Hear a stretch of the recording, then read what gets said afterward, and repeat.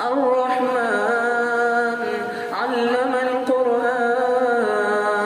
خلق الإنسان علمه البيان الشمس والقمر بحسبان والنجم والشجر يسجدان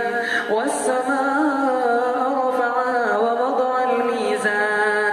ألا تطغوا في الميزان وأقيموا الوزن بالقسط ولا تخسروا الميزان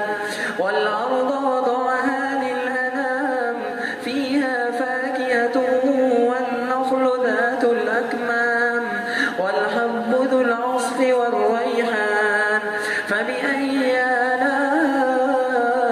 ربكما تكذبان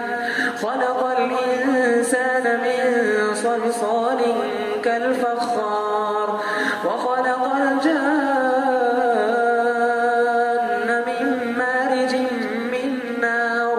فبأي آلاء ربكما تكذبان رب المشرقين ورب المغربين فبأي آلاء ربكما تكذبان مرج البحرين يلتقيان بينهما برزخ لا يبغيان فبأي آلاء ربكما تكذبان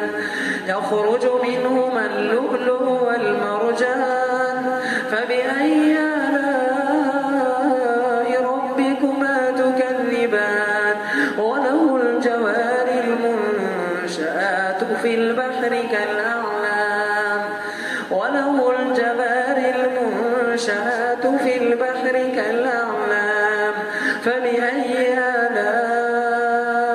ربكما تكذبان كل من عليها فان ويبقى وجه ربك ذو الجلال والإكرام فبأي آلاء ربكما تكذبان يسأله من في السماوات والأرض كل يوم هو في شأن فبأي آلاء ربكما تكذبان سنفرغ لكم أيها الثقلان فبأي آلاء ربكما تكذبان يا معشر الجن والإنس إن استطعتم أن تنفذوا من أقطار السماوات والأرض فانفذوا لا تنفذون إلا بسلطان فبأي آلاء ربكما تكذبان يرسل عليكما شواظ من نار ونحاس فلا تنتصران فبأي آلاء ربكما تكذبان فإذا انشقت السماء فكانت وردة كالدهان فبأي آلاء ربكما تكذبان فيومئذ لا يسأل عن ذنبه إنس ولا جان فبأي آلاء ربكما تكذبان يعرف المجرمون بسيماهم فيؤخذ بالنواصي والأقدام فبأي آلاء ربكما تكذبان هذه جهنم التي يكذب بها المجرمون يطوفون بينها وبين حميم آن فبأي آلاء ربكما تكذبان ولمن خاف مقام ربه جنتان فبأي آلاء ربكما تكذبان ذواتا أفنان فبأي آلاء ربكما تكذبان فيهما عينان تجريان فبأي آلاء ربكما تكذبان فيهما من كل فاكهة زوجان فبأي آلاء ربكما تكذبان متكئين على فرش بطائنها من استبرق وجنى الجنتين دان فبأي آلاء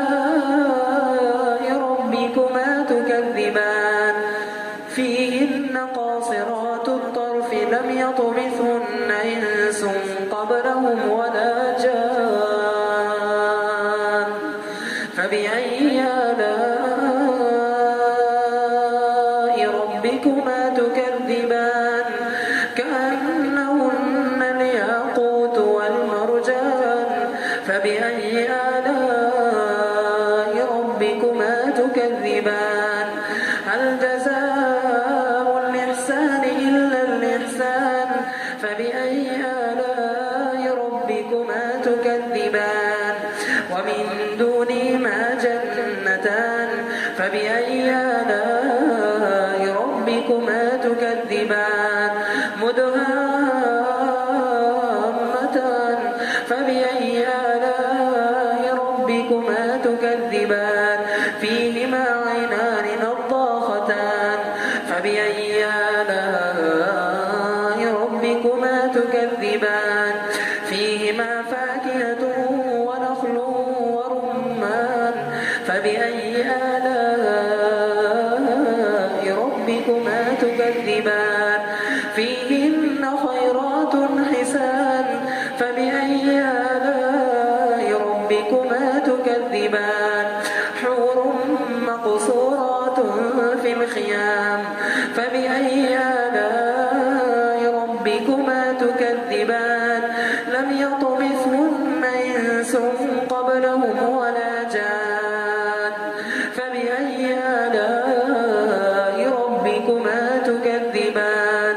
متكئين على رفرف خضر وعبقري حسان فبأي آلاء ربكما تكذبان تبارك اسم ربك ذي الجلال